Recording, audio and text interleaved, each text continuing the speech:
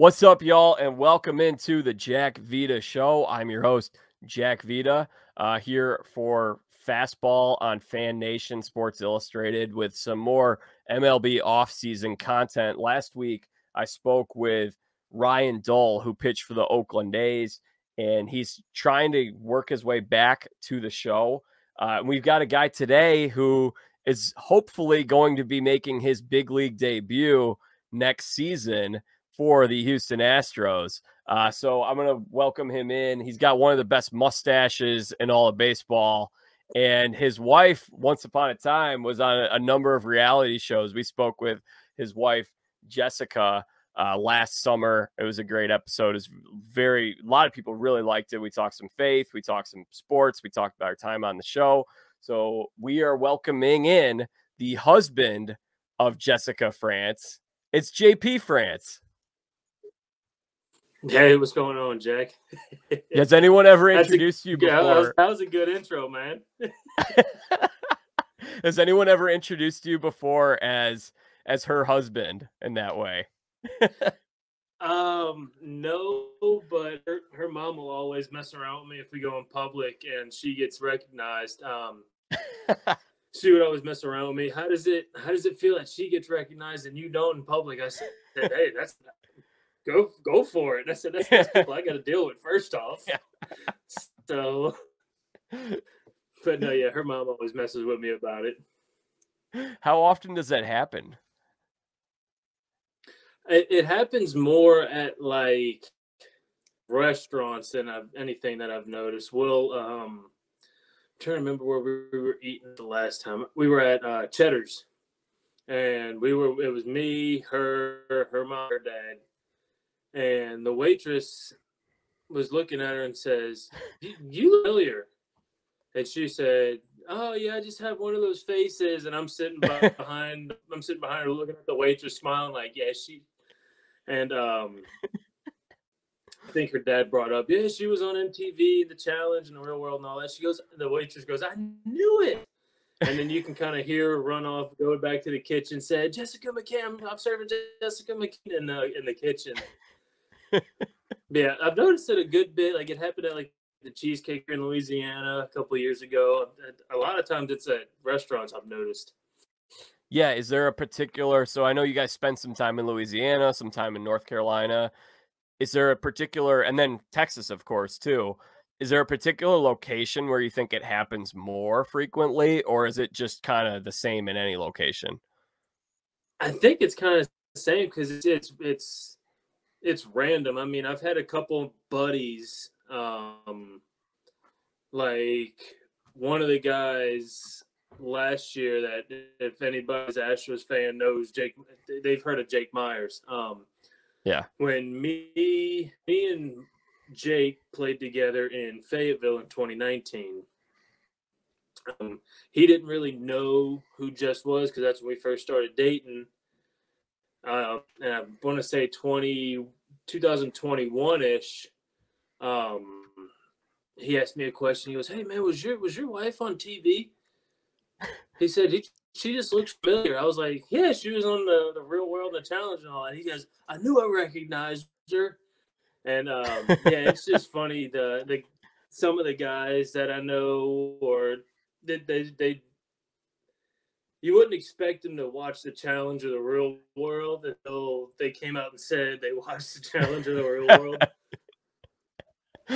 But it's funny. It's just random, man. We won't even be thinking about it, and then somebody will walk up to Jess and be like, "You look familiar." And then of course she tries to lay it low, like, "Oh, I guess I just one of those faces." And then obviously they're like, "No, it's not that. I've seen you somewhere."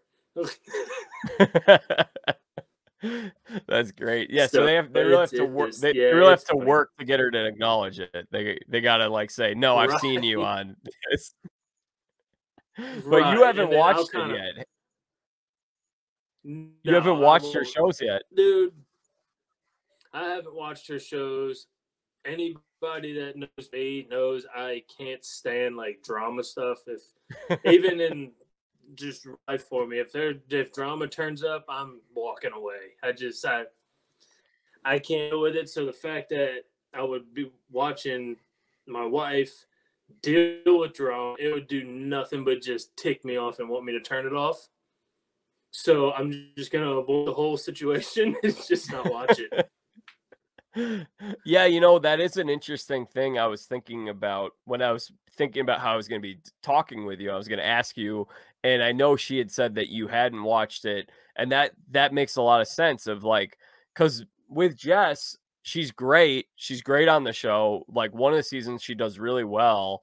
Some of the other seasons not as well, but on like a couple of the shows she was on, she had someone being very mean to her.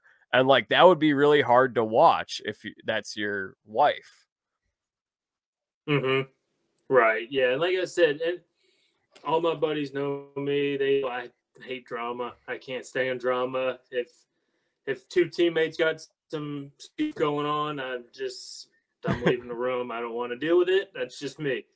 So to add that factor into it, yeah, it wouldn't be a good mix.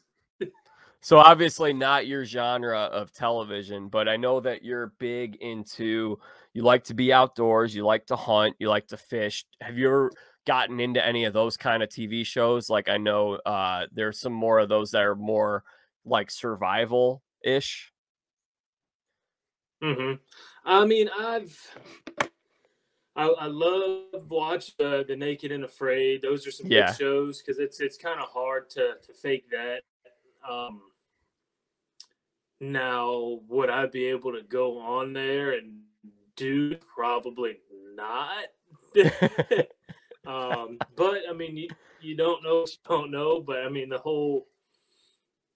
well, I've been outside, clothed with food and water in Louisiana when it's 80 degrees. Let's go colder. Say it's 60 degrees, and there's still mosquitoes covering you with clothes on. I can only imagine not having it on with that. Yeah, it's So funny. it's just Yeah, it's tough. yeah. I wouldn't want to expose myself either. No, yeah, that's what I'm saying. There's millions of people watching you. I'm not going naked on national TV. It's not happening. I asked Brian Urlacher if he had to go on a reality show, what would he go on? He said swim trunks and afraid. Swim tree. Yeah, yeah, you're right.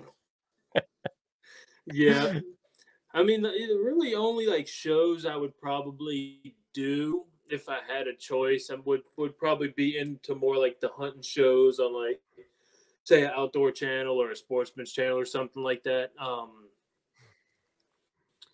Now I would just obviously have to find somebody to do the filming, the editing, because I try to do all that stuff on social media and it's not great.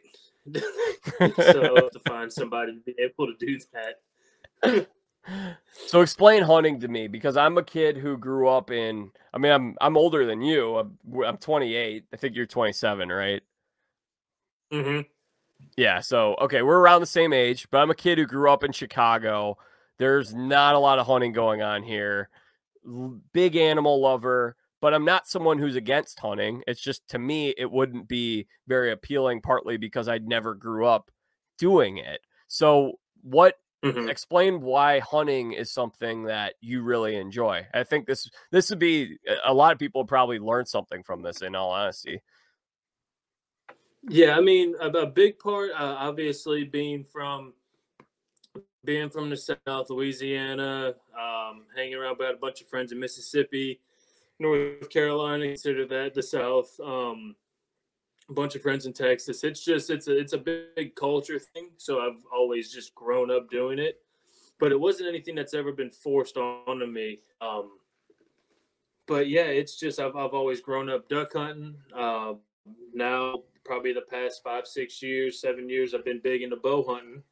Um, and it just happens to work out that it's for our off season. It's October to January. Whereas if you're more of like football guys, they wouldn't be able to hunt so much because their season's still going on right now. But another part of that is this: it's for me to be able to take a break from baseball to kind of clear my head, get my mental state back to neutral, if you want to put it like that.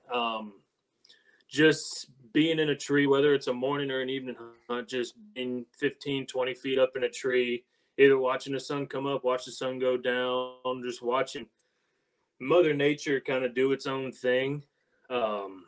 It's peaceful. It's If you've never experienced it, yeah, you can say you've seen a sunrise, but if you've never experienced the quietness in the woods and watching and hearing those woods like come to life, it's relaxation. So bow hunting, that's deer, right? Primarily deer? Yeah, I mean, you can bow hunt anything. You could really bow hunt like coyotes, pig, deer, turkeys. You can hunt anything you want. There's just as a matter of which seasons when. So, like the season in North Carolina for deer, for bow season is I think it's late September and it's into January 2nd. And then so now, like right now, I don't think any season's in. So the animals you would be able to hunt, you could, which is with anything, but since we're talking about bow hunting, is more like predators like coyotes or nuisance animals like pigs. And then once spring rolls around, then it's turkey season, and it just keeps circling back around. How often are you cooking what you're hunting? You have some really good Um, food? ah, Me cooking it, no. But anybody who's been on, I'm assuming y'all talked about Jess being a chef on the show. Did Not that not into get too brought much, up not or into no? not into too much detail. Not into too much detail. I know Okay, she yeah, I so know she did a little bit of that, yeah. So she'll cook yeah, it. so she was a 3-star Michelin line. I'm going to use the wrong term, either line cook or chef, whatever she wants to call it. I don't know the terms. But basically, she was a chef, #1 restaurant in the world in Manhattan before we Wow. even met. So there's that, and then when we met, she was actually in Aspen at, I would say it was 7908 is what that restaurant was called. Um, so when it comes to the cooking part of it, I'll do the killing part. I'll do the cleaning part. She'll do the cooking part. And then it's probably amazing. The food's really good. Oh, it's unreal. She made some backstrap like a while ago that it was unbelievable. She Oh, garnished it in some kind of like apricot jam stuff with some oh my cream gosh. cheese stuffed in the middle, wrapped in bake. Yeah, it was Ooh. unreal. Oh my gosh, that sounds great. So I need to come visit you guys and just come by after you come back with the food. She prepares it, and that sounds amazing to me. Yeah, it was actually cool. So the deer that I shot this year, we actually cooked some of that backstrap up for a Thanksgiving, and she had some family over from California. They've never had deer before, so it was kind of cool for her to Yeah, cook. I've never had it in my life, Um, never. it's certain parts of it taste a little more gamey than others, but when it comes like the backstraps or the tenderloins, that's more of like super tender. It really tastes just like you're eating a steak. Just way more lean and way more juicy. But to have her family from North Carolina, from California, try it for the first time and be like, man, this is really good. It was a cool to kind of, I won't necessarily say I got them into the outdoors, but it's a step Yeah. to kind of understand like, hey, yes, oh, poor deer. That's kind of how people look at it. But at the same time, you explain to them like, okay, this deer was shot here. This deer was eating this. Like everything that went into that meat that you just ate, as opposed to some other stuff that we may get Yeah. that you have no idea. Yeah, I know Joe Rogan loves his elk meat. He's always talking about it. That's a bucket list for me, is to kill an elk with a bow, and I've heard it's besides axis deer meat, I heard it's one of the best. Hmm. I gotta try. I've never had deer meat. So when you play, or sorry, not when you play, but when you hunt, you gotta stay pretty quiet, right? Like if you go out there with a buddy, I guess I don't know how often you're going by yourself versus going with others, but you can't be talking a whole lot because then the animals are not gonna come out, right? Right, you gotta basically, like I was saying, when you're in that, when you ever see the sun go down in a stand or see the sun come up, the only thing that really makes noise in the woods are going to be birds and squirrels running around on the ground. So when you got to, I mean, you got to blend in as best you can. And usually, if I do go hunting with buddies, it's usually I'm still hunting by myself. So a buddy will go, he'll be a couple hundred yards away in another tree, and I'll be a couple hundred yards over here in another tree. So where we don't mess each other's hunts up. Now, if now that's bow hunting, because bow hunting, you gotta, if you're whitetail hunting, you got to get that deer within 20, 30, maybe 40 yards to be able to get him.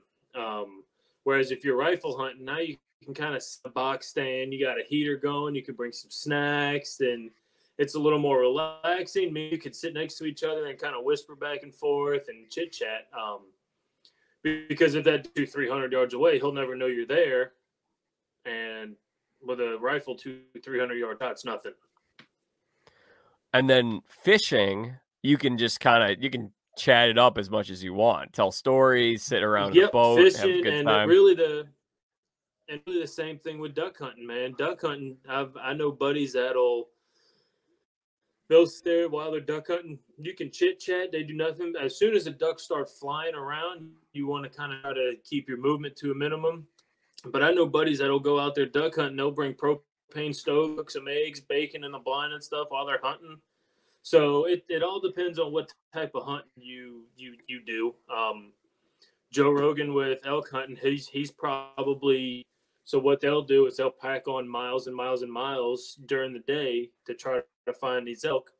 And then at night they'll basically have a base camp where they'll have a propane stove and they can cook whatever, or have a tent out of a truck doing something, and then basically make it that week-long trip in the mountains.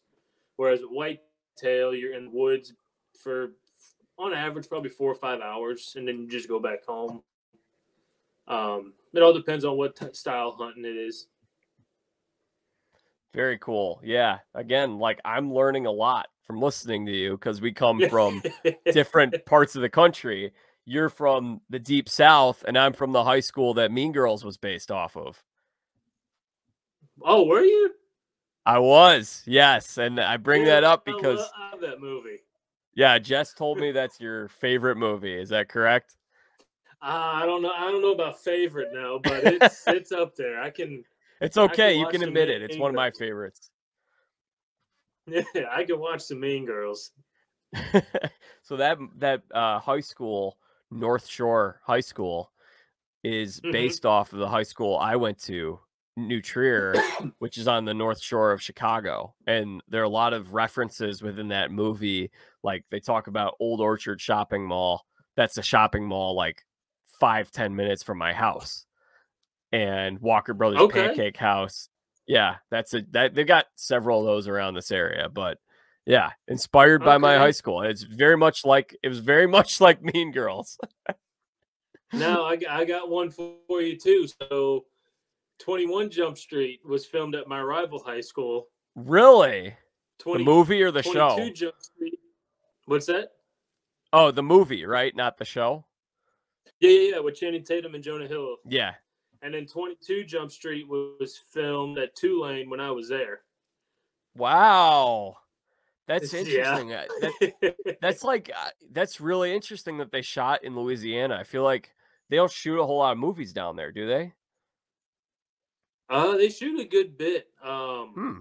Like I don't know how, if like Contraband with Mark Wahlberg, that was Yeah, down that's a good there. one.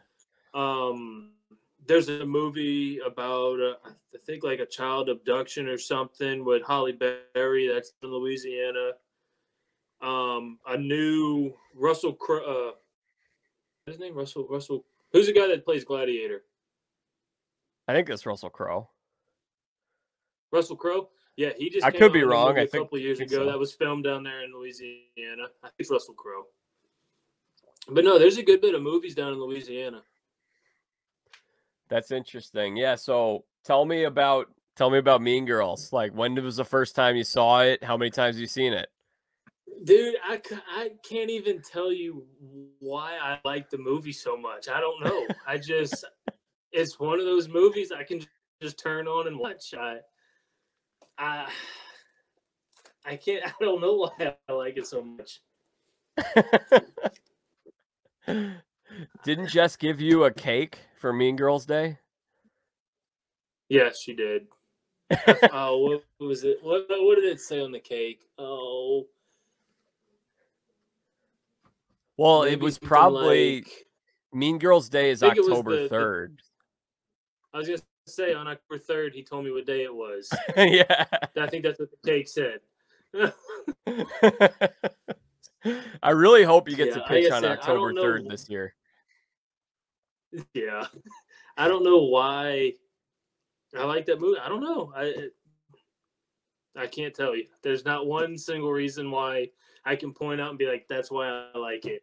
I think it's just one of those movies where it's kind of like another movie that I really like is Wedding Crashers. I can quote it, but there's no like real point that I could say this is why I like the movie. It's just a good movie. I watched that movie. I had a flight to Phoenix. It was 2 months ago now. It was back in November, but I watched that movie on my flight, and it's a classic. I hadn't seen it in a little while. There's a hunting scene in that movie too. Oh, don't even get me started.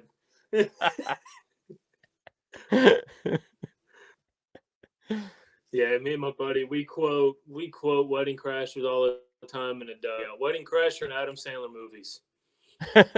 Which buddy is that? Who you guys? Which of your guys are you making those movie quotes with? Me and Sean Dubin. That's awesome. Me and Yeah, him were the Adam same Sandler movies. class. Doobie stood in my wedding, and yeah, we'll just sit there, and it's very rarely can we have a conversation and not throw a movie quote in there while we're mid conversation. You spend so much time sitting around in a dugout throughout the summer, throughout spring. Like, what do you guys talk about when you're like sitting on in the dugout when you're not pitching? What are the conversations like?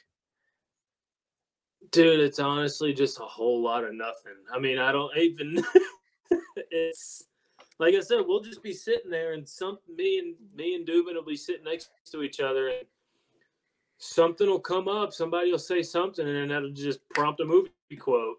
And there's just it's a whole lot of nothing, man. Jess has asked me the same thing. She's like, "What do y'all talk about in the dugout? Or what did y'all talk about in the dugout today?" And I'm like, I don't know. It's just mindless talking, I guess, to get you through those 9 innings. We'll play some like word games. Like if I'm thinking of an object or some password, and you got to basically ask a question to get a hint about the password, and it's just stuff to pass time. Okay, so very analytical baseball stuff here in these dugouts. Right? Yeah. Every now and then, like you can kind of tell when somebody's day to pitch is getting a little closer because they'll stop joking as much, and they'll start to lock it in a little bit. Okay, this guy does this when he's hitting. This guy does this. He doesn't like that. And then after they pitch, it's your brain just goes into relaxation mode and it's just like numb because it was just exhausted from yesterday. That's actually, I'm interested because I know that you have pitched as a starter and as a reliever, and maybe there's more of a path for you in the big leagues as a reliever. Maybe there's path as a starter potentially. But when you're starting, I'm curious. Obviously, not every outing is going to be, 6 innings, 1 run, 6 strikeouts. Sometimes those outings aren't great. How do you mentally turn the page after a bad outing? So I didn't really learn how to do this until after 2019. But basically, I'll get into a little more detail, but in short, I just tell myself in my head, just like, hey, screw it. It's over. Um, but the long answer would be, okay, you say you have a bad outing, you're frustrated the rest of that outing. I'll be frustrated for a good probably 2-3 innings, and then I'll kind of just forget about it. And then, hey, it's in the past. You can't do anything with it. Next day, go watch video, go see locations where, go see where I missed my spot, go look at all the information on how my pitches were moving. Okay, this one was moving like this. It should have been here. So you're taking in all this info from what you did on your outing the day before, and then once you do that, you're like, okay, I need to do this, and this week. And then for me, it's hard to focus on those 2, 3, 4 things at once. So I'll pick, okay, I need this thing right here. Say my slider wasn't as big as it usually is. It was a little shorter and it was just spinning. So now, okay, this was the worst thing I did this outing. So I need to fix this, because if I fix this, it'll make the outing that much better, as opposed to fixing B, C, D. Let's fix A. So then once I figure out what I need to do there, then that's when the bullpen comes into play. So say my fastball was working, changeup was working, curveball was working, the slider was short. So then I'll go to my bullpen. Okay, I know my fastball was good. I don't need to really work on any kind of location. My changeup was good. I'll throw maybe 1 or 2 of those to keep the feel. And then for the bullpen, it would be slider, slider, slider, slider, slider, to try to figure out, okay, my hand was here. It felt like it was over there. So again, that was kind of the long answer to that. And then once you feel what you need to feel in that bullpen, take it to the mound, see if it worked. If it did work, okay, now what else do I need to prove on for the next outing? And then it's just keep it rolling. So your fastball, slider, curveball, changeup, your 4-pitch guy? And cutter. Cutter, 5-pitch. Wow, Yep. that's what's interesting is it seems like there are less guys who are throwing more pitches than there used to be. Like I remember growing up, it felt like every starting pitcher was a 4 or 5-pitch guy, and now you're seeing a lot of 2-pitch, 3-pitch, maybe 4-pitch. Am I right or wrong Mm-hmm. with that? I know a lot of guys with 3 or 4 pitches. And then I knew one guy who had 6. But it's also, when you start getting into relievers, relievers are going to have 2 to 3 pitches, which may be why you're seeing guys with less pitches, because starters now really, unless you got your freaks like your Verlander guy, he'd give you a good 6-7 innings every time. Your Framber Valdez, 6-7 innings every time. Those guys. But for the most part, your starters are going 4 or 5 innings now. So now you're seeing more relievers, which in turn means you see more guys throwing 2-3 pitches. So I mean, and look, if I do end up becoming a relief guy, I don't necessarily want to say that they would take those pitches away. It would just be, okay, use these pitches to a righty, use these pitches to a lefty. So now basically for a righty, I'm throwing 3 pitches, or do a lefty, I'm throwing 2 pitches. But as a starter, obviously pitches the better. I can probably get through the lineup the first time with maybe say fastball, slider, cutter, let's say a fastball, cutter, slider, and then now the next time through I can add the curve, and then the next time through I can add the changeup. Or it having more pitches as a starter can kind of give you that longevity through the game. Whereas when you're a reliever, you might have to go one inning, so you can just throw the whole kitchen sink at the hitters, and then you're done. That makes sense. So I'm curious then how much analytics there is when it comes to pitching in the minor leagues. Like, how much is there of you might be like, okay, I want to throw these 5 pitches, and then being like, okay, you're going to face this guy tomorrow. He struggles with pitches off the plate. He chases a lot of breaking balls off the plate. So we want you to throw those breaking balls off the plate versus you and your catcher maybe having more of a game plan, or you going to, like, when you're facing guys, how often is it specialized versus that batter to, okay, you know what? I want to work on my fastball today, or I'm going to typically come at a hitter with a fastball on the first pitch, then a breaking ball, then another fastball. What, you know what I'm Right. asking, yeah. Yeah, no, I get it. As a pitcher, you want to, yes, you do your scouting reports. Yes, you say, okay, hey, this guy struggles with fastballs up. This guy struggles with cutters. This guy struggles with heaters in. Yeah, you kind of pick those out. But at the end of the day, also, you need to be comfortable with what you're throwing. It's better for a pitcher to throw at his strengths than it is to the hitter's weakness. Because even if your strengths match up with his strengths, history shows you're going to win that battle 7 out of 10 times. Yeah. So it's yeah, you need to focus on his weaknesses. And yeah, if he's, say one of the scouting reports says he swings at sliders out of the zone 60% of the time, yeah, you're going to throw that. That's a no-brainer.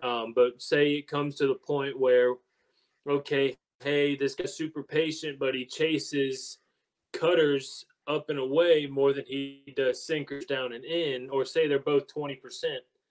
If you're a guy who throws a sinker and a cutter, now, okay, you're getting the same result with both pitches. Which one are you more comfortable with now? What's your strength? Yeah, that makes sense. So something else I'm curious about is, I don't know how much this came into the minor leagues, but midway through 2021, they really started cracking down on checking pitchers for the sticky stuff. So is it awkward when you have an ump kind of wanting to, hey, I want to check out, like, if there's anything behind your ears or on your hat, or if they're doing that on the field? Have you had to adjust to that in any way? With some of, I think there was some stuff about you couldn't mix rosin with sunscreen, I think, was one thing. Like, have you felt an impact in that regard? No, just because I've never pitched with anything. The only time I'll put rosin on my throwing arm just to keep the sweat from trying to stop it. Because I could walk from here to the mailbox and start sweating. I'm just a natural sweater. So I and you're in Texas too. You're in Texas in the middle of summer. It's miserable. And so I try to put a little bit on my arm. I never put it on my hand because I know that could, whatever, if the umpire's having a bad day, he could be a word that I'm not going to say on the show.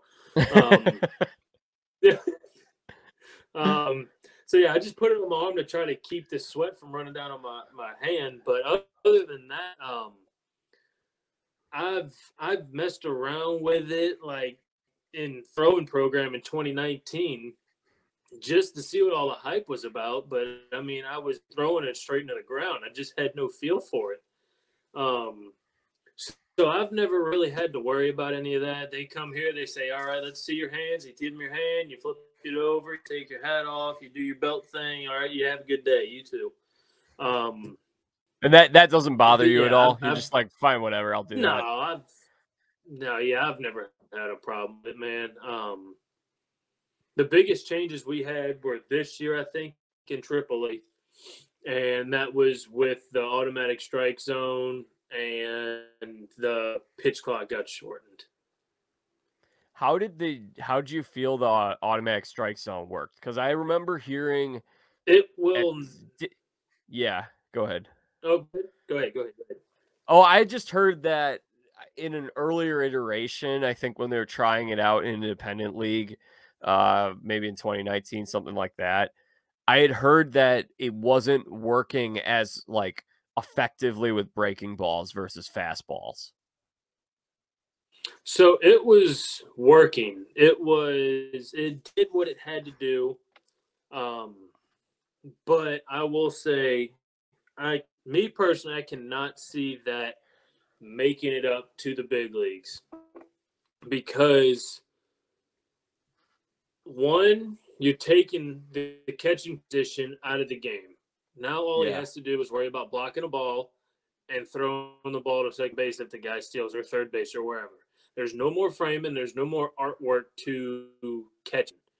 The second thing is, yeah, people can say, well, it's not a strike, but if you those pitches that that pitcher has basically earned, if you want to say that quarter inch, half inch off the plate that he's getting called a strike. One is probably because of the catcher doing a great job.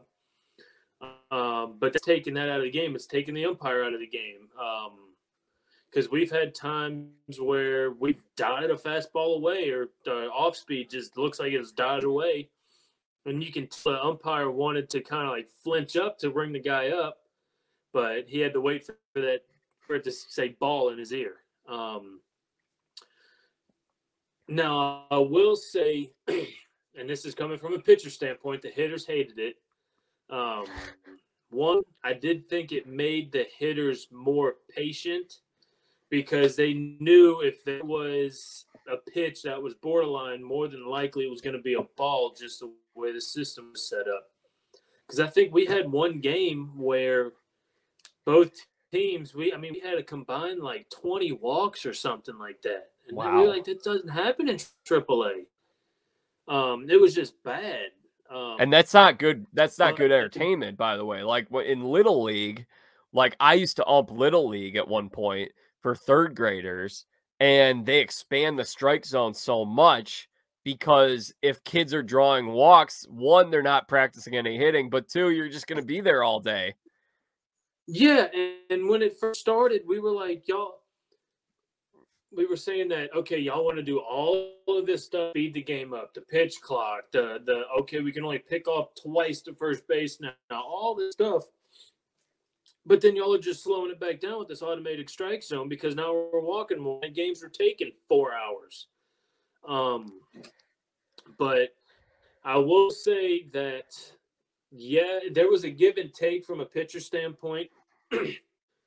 When they first started it, we actually got the strike zone calls at the top of the zone.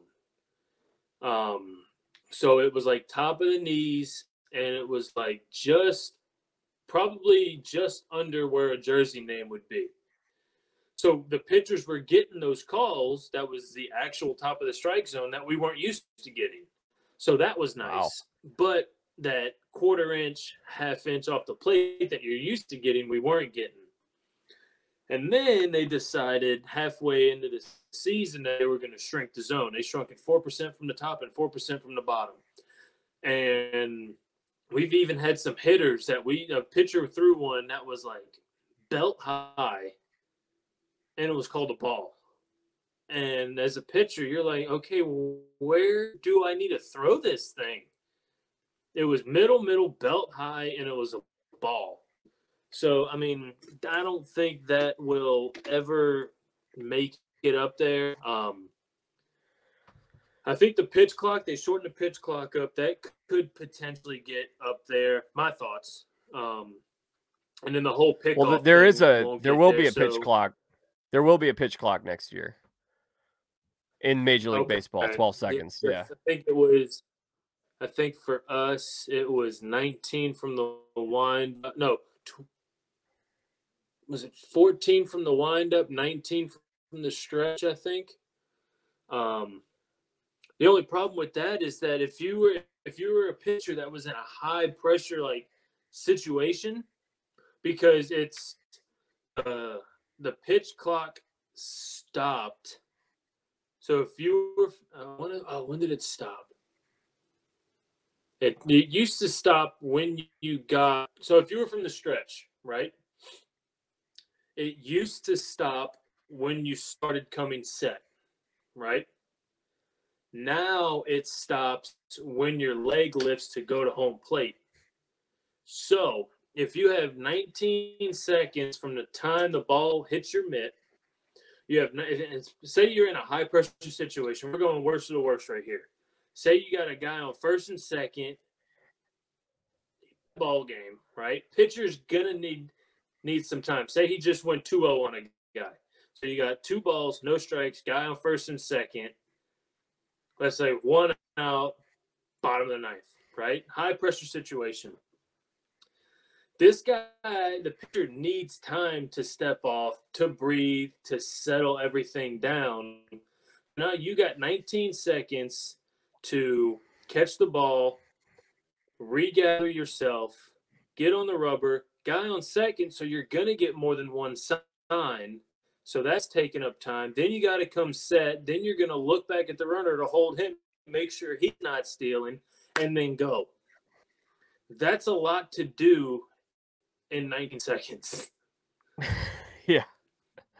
Yeah, I actually don't know. If you're I was just gonna say, if you're in the the third inning, nothing ball game from the windup or from the stretch, there's no pressure. Right. That's easy. You're getting the pitch off with 4 or 5 seconds left. But that extra 4 or 5 seconds is the time you need in a high pressure situation to kind of settle yourself down. Yeah, I don't know if these rules, or at least with the pitch clock, I don't know if that's translates to the postseason too. Because some of these rules, like they have the ghost runner rule, they call it, with the runner on second base in extra innings. They don't do that in playoff games. So I don't know. It would seem odd to me if they do the pitch clock in the postseason too, I would say. Like, it would make sense if it's just a regular season thing. And, but I mean, at the same time, like, in terms of speeding up the game, you could also run less commercials. You could also, which you lose money on. But, I mean, when I'm at a game, I don't want to leave the game early. I'm not in a rush to leave. It's just that I think the thing is, I mean, no, go ahead.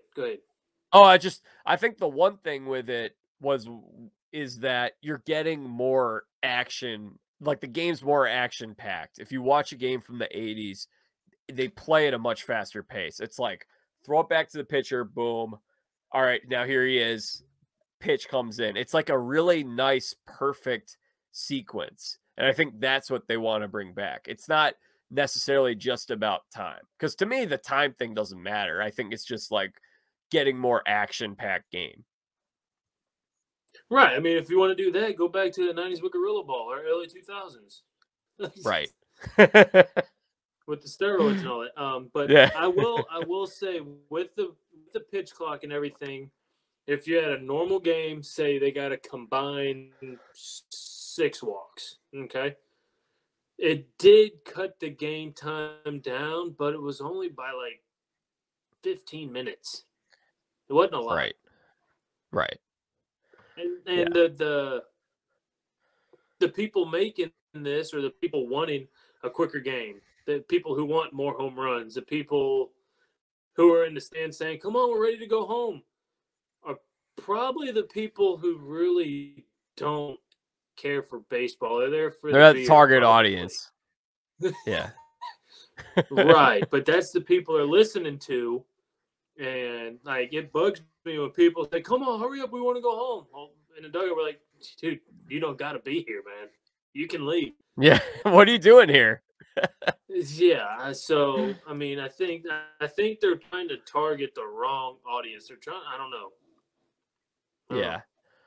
I do think there is something to be said about, it will provide a more action-packed of like, boom, let's go kind of thing of like you're cutting out some of the filler stuff. Uh, and I think that's overall good. The idea of like it needing to be short though is not something that I think is very My thing important because you could is say that with any sport, really. right. My thing is that with no pitch clock, everything that goes. Yes, baseball doesn't have a time limit, but can go in extra innings.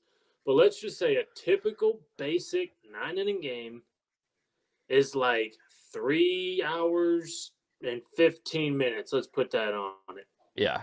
Average football games, 3 hours. Average basketball game, I'm sure, is 3 hours. Everything is going to be 3 hours ish. Yeah. It's true. It's There's very a true. reason So, why I was going to I should yeah, say there's a continue. reason why when you're on DirecTV, they got a 3 hour block for Yeah. basketball, baseball, football. There's a reason they got that 3 hour block. Yeah.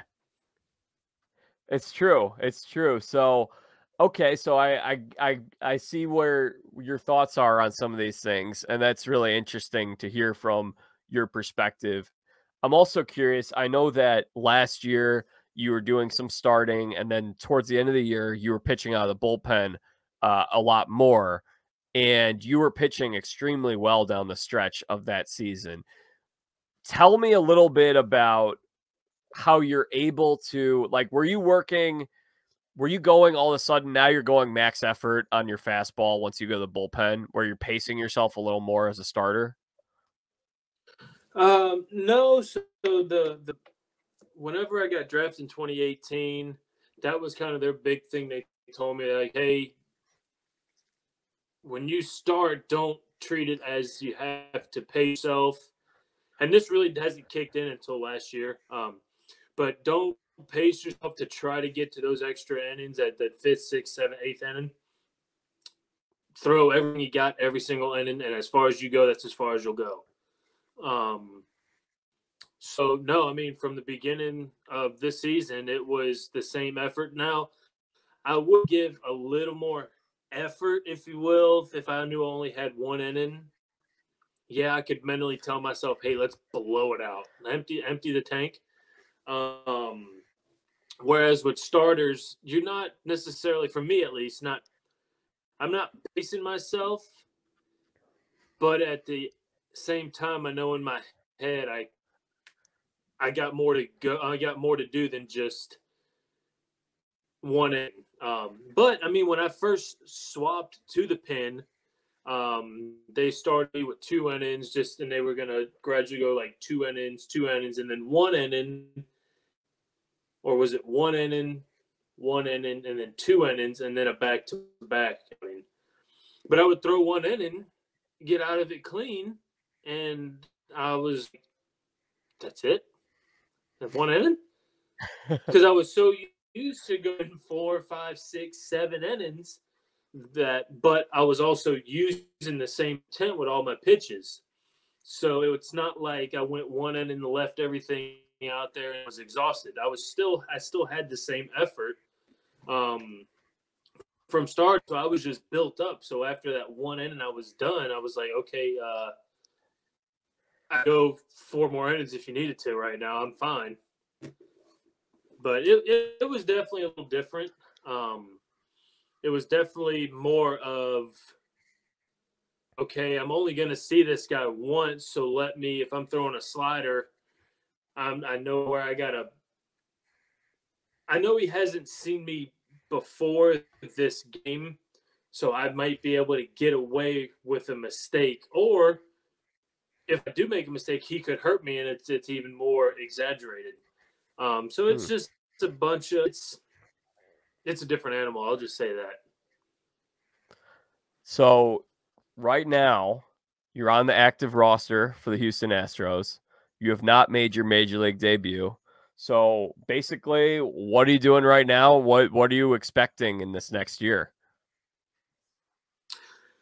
I mean, it's my big thing that I've had this year, and then when I really started to take off was last year. Was that just control what you can control, man. if it's out of your control, there's really no reason to worry about it. So I mean, for me right now, I'm just getting ready to go into spring training. What happens happens. I can control my performances, but at the end of the day, I can't control what the front office does. So I mean, I can only do what I can do. So if I go out there, and I think so for that's kind of like one big applaud like my agent gave me was that, dude, I know a lot of guys that are in your position right now and all they're doing is or all that let me reword that.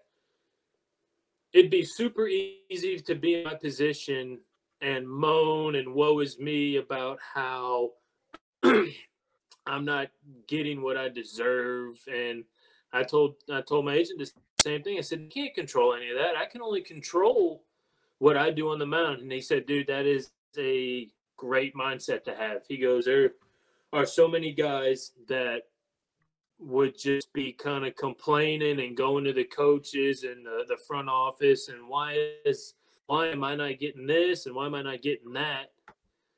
But then I told my agent, I said, what good is it gonna do? What good is me saying why not me? What does that do?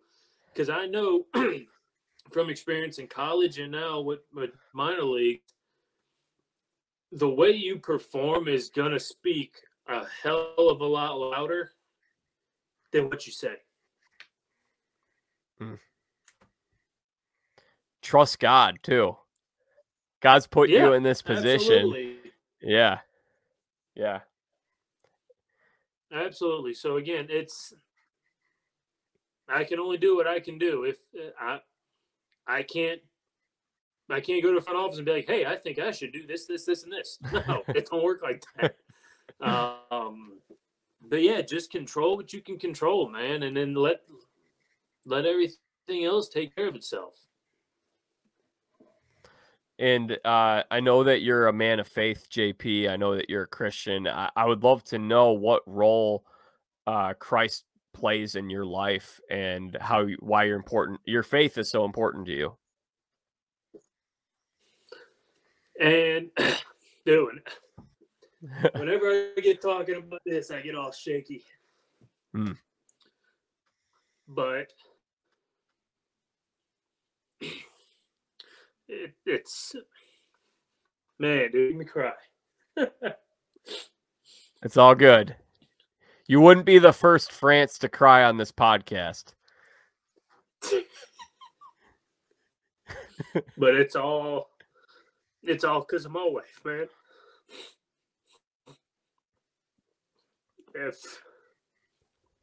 If I didn't have her, I'd be lost.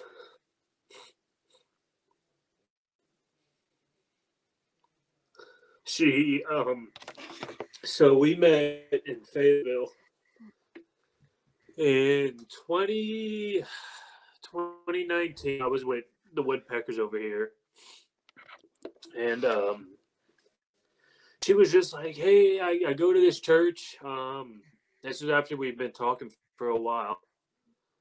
And she goes, just come with me. She goes, you don't have to like it. You don't have to love it, whatever. Because I grew up in a Catholic church, or I went to a Catholic school and all that my whole life. And I told her, I was like, no. I said, I'm good. I said, I'm done with all that. Because I've had it all pushed on me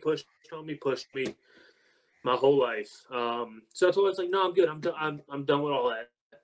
I'm fine. Trust me, I'm good. She's like, no, just come once. And I don't remember what song they were playing. But I freaking lost it in the middle of church. I was just, my God, dude, there was tears just everywhere. I said, why were you crying? I said, I don't know. I said, I just lost it.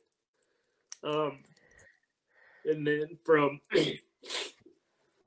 and then just after that, it kind of just took off. We kept going to church. But like I said, she's the reason. My faith is basically back.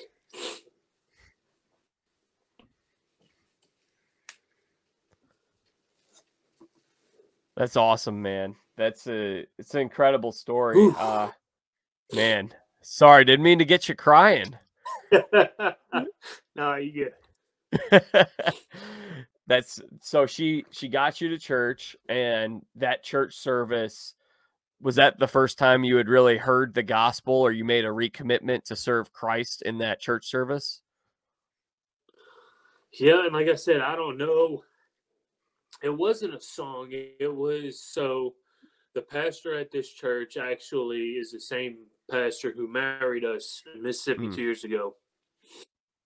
And I don't know what he was saying. Hang on, dude. The cat's scratching at the door. Come on. Yeah, I don't know what he was talking about. It was something probably along the lines of struggling in your career or something along the lines like you're lost or something. And then, yeah, dude, I lost it. And you just gave it up, to God, right? Yep. You let go of all those things that you were worrying about and stressing about, and humbled yourself before him, and knew that you were in his hands.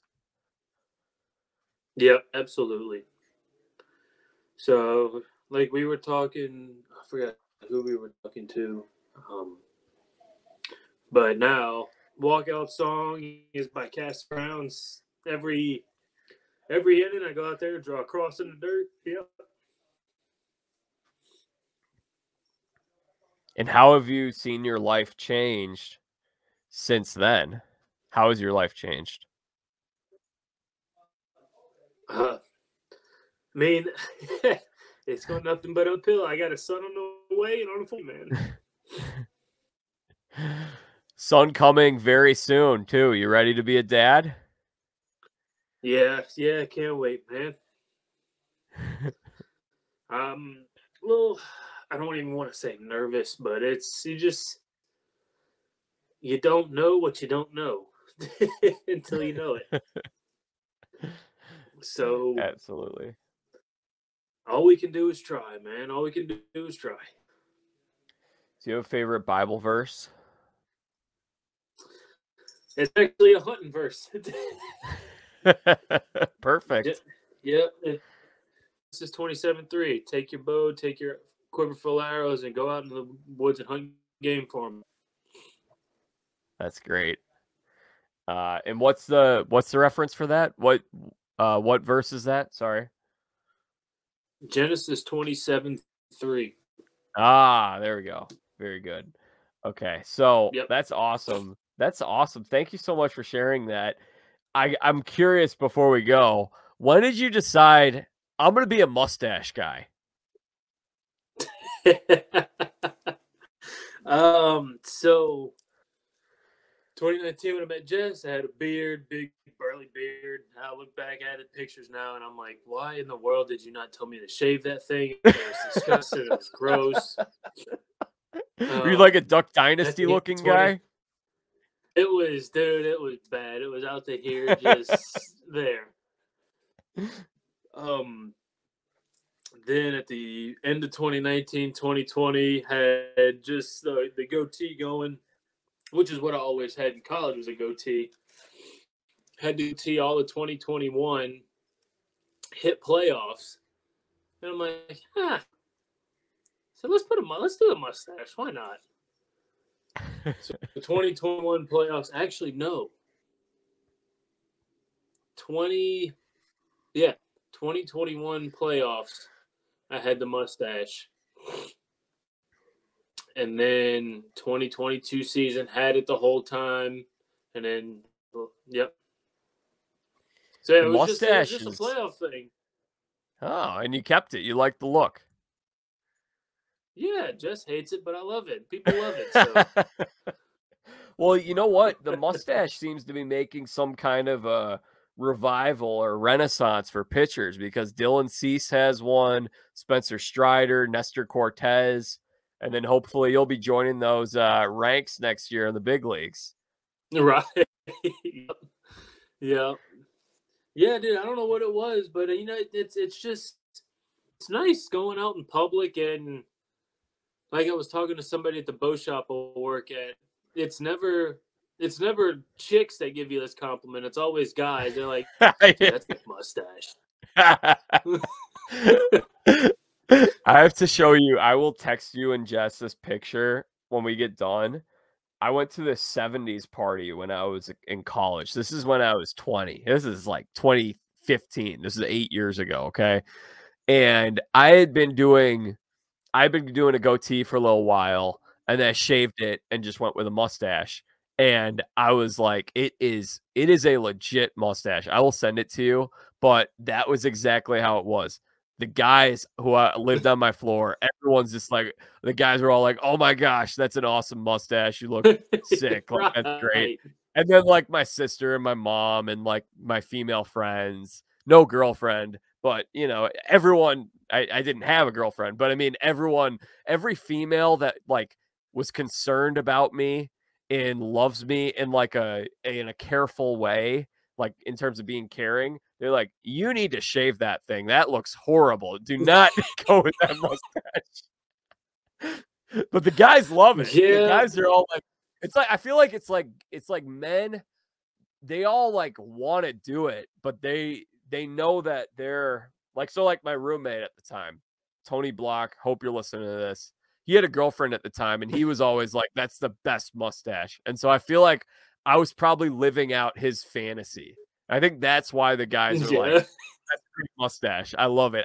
I support it, but I'm not going to do it because for whatever reason, I can't do it right now. No, yeah, man, I get especially during season fans, I get a ton of compliments on this thing. The fans love it. Like I said, Jess isn't a huge fan, but it is what it is. There isn't another Astros pitcher with a mustache, is there? Stanek has the mustache and goatee. The only one Yeah. I can maybe think of is Seth Martinez. That's the only other one I can think of. He sometimes he'll have a mustache. Well, your new teammate. Now that you say that, your new teammate Jose Abreu does something pretty interesting with his beard. He's got like, he'll put in like a little like ponytail on his chin. Yeah. That was a great signing, by the way. I think that is one of the best signings of the offseason. He's going to bring a lot to that team. I didn't expect. I guess he's taking Yuli's spot, right? Yeah, unless he comes back. Unless Yuli comes back. That. Yeah. Which of these guys on this current Astros team were guys that you played and spent good time with in the minors? You mentioned, is it Jake Myers? Is that his name? Jake Myers. Yeah. Seth Martinez, Blake Taylor, Josh James was down for a little bit. David Hensley, was he one? Yeah, me and Hens were the same draft class. He hit very well in like the 20 games he played last year, and then he got in the World Series. I think he had a hit too. Yeah, me and Hens got drafted together. Me and Pena got drafted together. Who else? Pena's Brownie. A stud. Who's that? Pena? Yeah, he's good. Pena's a stud. Yeah. I told when he broke with the team at the beginning of spring training last year. I told people, I was like, if he stays healthy, I said he's gonna have a hell of a year. He can play. And he did. I'm trying to think who else. Hunter Brown. Man, yeah, Brownie. Man, who else? Belak. Me and Belak chatted a little bit. Yeah, so just a couple. Pete Solomon, who's not with us anymore. I think he's with the Pirates now. I think. But yeah, a good bit of pitchers. More pitchers and position players, obviously, because pitchers stay with pitchers. So if you do land on the big league roster outside, like right at the start of the season, I do believe you're going to get up next year. Maybe it's not right away, but I do think we'll see you at the major league level next year, Lord willing. But I'm curious, is there anyone that you're really looking forward to potentially getting to know better or meet for the first time that you haven't met that's on this team? dude, I've kind of met everyone, and if I haven't met them, I've played with them. So, like Luis Garcia, me and him played together in Fayetteville in 2019. I've met Urquidy playing when he was on rehab assignment. He was a great dude. I'm trying to think of anybody. Have you gotten to know Dusty pretty well? I've talked to him a little bit in spring training. Not a whole lot. I mean, that's kind of the weird part of being like the new guy at big league spring training or on the team is that you kind of need to know / don't know where your boundaries are. So you try to just kind of keep to yourself. Because I remember Blake Taylor at the end of the season last year when he was in AAA. He said, "Dude, you were like the quietest guy in the locker room." He goes, "Because I don't stop talking. If I'm comfortable, I'll talk." But he goes, "Dude, you were so quiet. Why are you like the quietest guy in the locker room?" I was like, "I'm not gonna be that guy that oversteps his boundaries and talks too much to the older guys that vets, if you want to put that word on. Talk to the vets." I said, I just kept my mouth shut. Taylor's got a couple of years of big league time. And he goes, "That's smart." He said, "Yeah, he's like, you just got to," because the one guy that kind of I didn't know how to approach because I wasn't sure how he would take it was Verlander. I didn't know how to approach him. So I kind of just stayed away, never really said anything to him. But yeah, that was really the only guy. But like me, Dubin, and then Bermudez, we were all the same draft class. First time big league camp. We kind of stayed in our little group and didn't bother with, because like if you were waiting, say you were waiting to get some treatment done after a spring training day, and you've been waiting there for 20 minutes waiting for somebody to get their work done, and you're next up, and then a vet walks in, you're in the back of the line. So you kind of got to feel that out, and just know where your place is. Yeah, you don't want to like overstay your welcome and be like, "Hey, I'm showing up, I'm moving in." Like, "Oh no, it was like, no. Like, I invited you to stay over here for one night. Like, why'd you bring a whole suitcase?" Like that kind of thing. Right. Right. Yeah. You just, yeah. Yep. Yeah, that makes sense. Just trying to kind of know your place and not overstep. So, well, what are you working on And right now? heard, Like, sorry, go ahead. Oh, I was just gonna say, I've heard of people like walking up to some guys and organizations and them being a big name and them kind of almost like who the hell do you think you are talking to me and stuff like that. So, but then there's other guys where 20 plus years in the show, new guys go up and talk to them and they're like, "Oh, hey, what's going on, man?" So you just don't know what you're. I don't know. You don't know what you're gonna get. So I just keep my mouth shut. You let them approach you. Right. Right. Yeah. So, okay. Well, we're going to wrap things up here in a short bit, but I am curious. We're about a month out from pitchers and catchers reporting for spring training. What are you up to in this next month? I mean, you're about to become a father.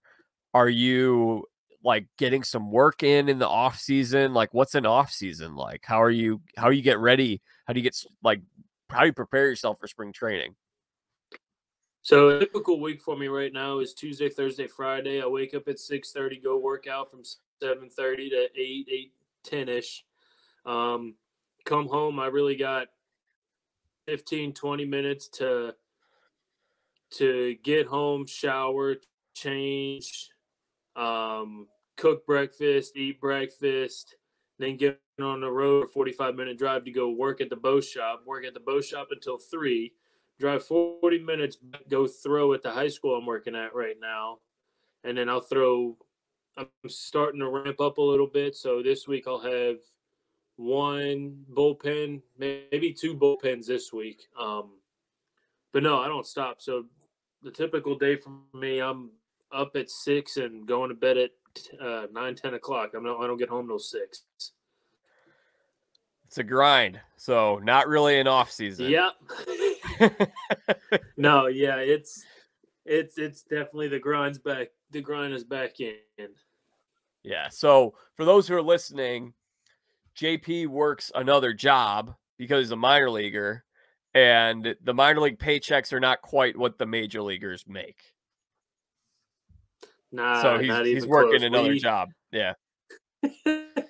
We make we don't even make a month payment for us isn't one game in the bigs. Wow. Yeah. Yeah. So that's just I thought that was interesting. That's a non-40 man. I was gonna say that's a non-40 man paycheck. I want to say it was 2, 4, 5 grand-ish a month, something like that. Wow. Okay. So I didn't. And by the way, the reason I said that was because I want people to get a kind of a feel for this is the grind of a minor leaguer. This is what goes into this thing. Like, it's not as glamorous as it may appear. Obviously, you do get to play baseball as part of your living, which is a nice thing. Like, a lot of people would enjoy that, including myself. And so it's not like JP is complaining about this stuff, but it's a grind, and he's doing the best he can to get up to the show. So, like, that's his off season. Not really much of a break. No, there's no break at all, especially with a little one being on the way. That's just now we got even less than what we had. So JP is going to become a father very soon.